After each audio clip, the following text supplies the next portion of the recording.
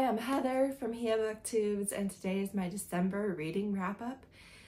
I was sick all of December. I also just did not feel like reading, so I didn't. And you'll see it's my lowest reading month for the entire time I've been on booktube. It's also the second time this year that I had more DNFs than books read. But yeah, I just didn't feel like reading, so I didn't. I read 15 books, I DNF'd 9 of them, and so I'm going to talk about 6 today. And in those 6, I have every single star rating represented, which I go most months without that, but not this one. So yeah, bit of a disaster. I was sick all December. I ended New Year's Eve in urgent care with strep or something similar. I'm sick. As always, going in chronological order, I read Yours for Now by Leonor Soliz. I gave this 4 stars. This is a Latinx billionaire, and her family is super misogynistic. They are in complementary businesses in construction, so they specialize in different things, and she comes to him and his father with a business deal. And she actually approaches them first in the hopes that having their cooperation and having this plan fully fleshed out will help convince her father and uncle to actually do the plan, because her uncle completely dismisses her as a woman and her father just doesn't stand up for her at all. So they go to her family with this business deal and they're like, it's so great that you're dating, like as the man you'll be able to like keep her on track and stuff. And they aren't dating, so they fake date for this business deal. She's bi. Her family also wouldn't accept that, so be aware of that as a content warning. Overall, I really liked these characters. I really liked this writing, but I didn't love how much they harped on not being able to date for real. Like that was in like the whole thing in the book, because he had like a 3-year plan and she, you know, needs her families to approve of her beyond the fact that she's dating and getting married to a good connection Latino man that they want. This is a slow burn. When you finally hit the sex was great. The sex was phenomenal. The sex came out of nowhere. I was like, okay, all right, yay. And there's no third act breakup in this, which I did really think was going to happen based on a lot of things. So no third act breakup. So that slow burn, that angst, does have that payoff of once they're together, they're going to communicate and they're going to stay together despite many issues, right? I liked where it went with her family. I liked where it went with the businesses. His family is great, super supportive. His mother, from a similar background, you know, raised her sons and found a husband and stuff that really are not misogynistic and really appreciate it. Also, there was a lot of very inclusive language just in the writing. Some of it I had not seen before in a book, and I was just like, you know, that's great. I love that. What a great wording, what a great phrasing for that, to be more inclusive of many different aspects. So I will definitely be reading more from this author. Then I read That One Night, which is Jacksonville Rays 0.5 by Emily Rath. I gave this 4 stars. This is a prequel novella for Pucking Around, which I did end up DNFing in December, so you're not going to see it, although that is more of a I can't do this right now DNF rather than any issue with the book. So this is one player and the doctor that is the main character in that Why Choose. They have a one-night stand. They had a few issues, but it was pretty crackalicious. It was pretty readable. It was just them hooking up. That's what it is. Then I read Dirty Intentions by Aubrey Bondurant. I gave this 1 star. This was a erotic Christmas novella, and by Christmas novella, I mean she works on his taxes all day on Christmas Day, and they say Merry Christmas to each other when they're not fighting. The kinky sex was okay. There was a lot of consent issues. There was a lot of homophobia.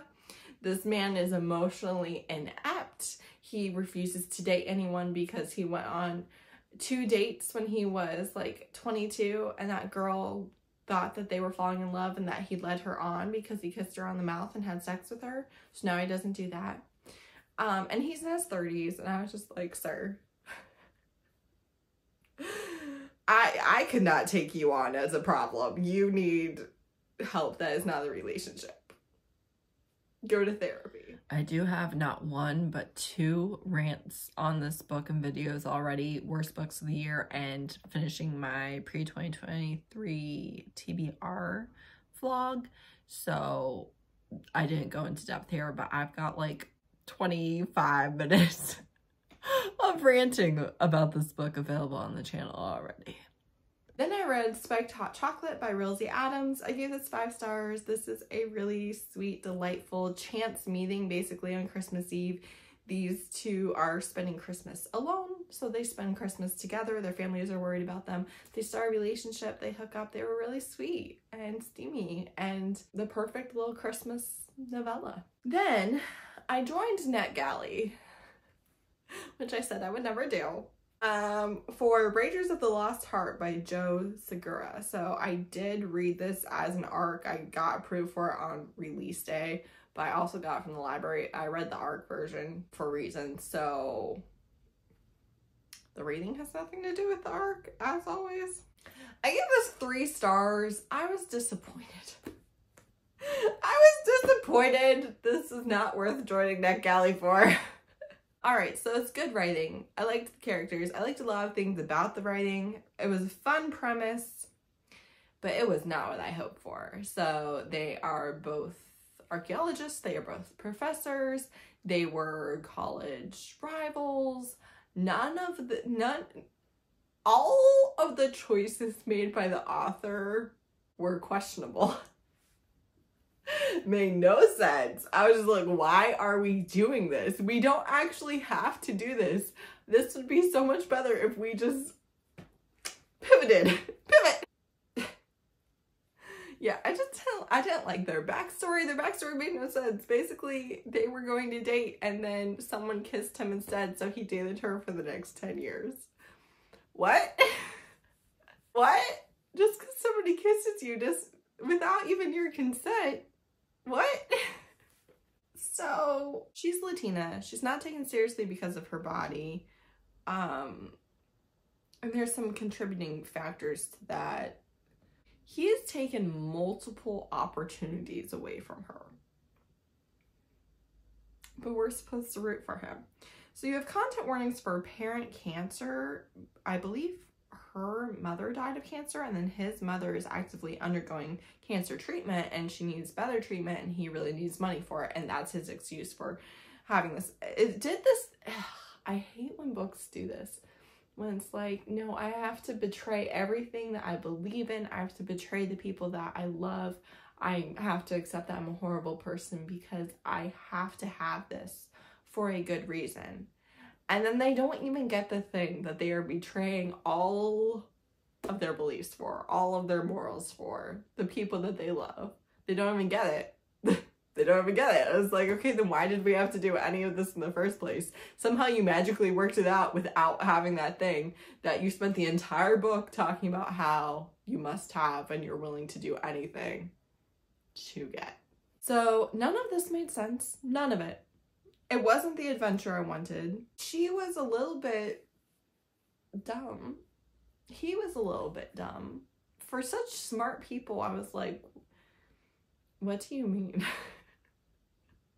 What do you mean? Why would you do that though? Why though? Ultimately, it just failed my expectations. It was a very predictable, traditionally published book. It had all of the things that I despise in traditionally published books, and that's why I prefer indie books so much. The cover though, still love the cover. A betrayal, ultimately. And lastly, I read Feast by Tanzania Glover. I read this specifically for the Holiday Book Rush hosted by Jessie at Jessie on YouTube. So I was supposed to do the Pocky Around read along with friends. Failed that. Had a million books I wanted to read this month. Failed that. I was supposed to do the Holiday Book Rush. I failed that.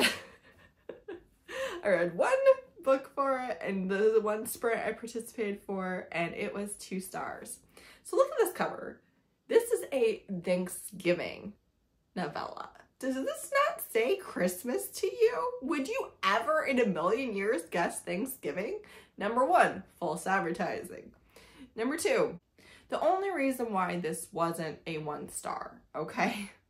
You have 2 college students. He is the brother of her older sister program friend and she's like basically adopted into the family. She spent her teens in foster care. They are both victims of childhood SA. He met her at 13 and immediately sexualized her body. She was 13, he was 16, which hypersexuality due to trauma, all of that is a real thing. And also, this is really just a hookup. She wanted to be able to choose her partner and she chose him, and he's a hoe. And they've been having this will they won't they since they met again when she was 13, which is weird to me, but she's 18, he's 21. So this wasn't really a romance, it was just a hookup. They weren't together after this hookup or anything like that. So the only reason it's not 1 star is because I can understand having this experience, and it's not healthy, but it is ultimately your choice. It's what you're doing in college. But I just didn't like it. I didn't like any of it. It was not a fun, cozy time. It was not a good, steamy time. It was kind of depressing, and it was Thanksgiving.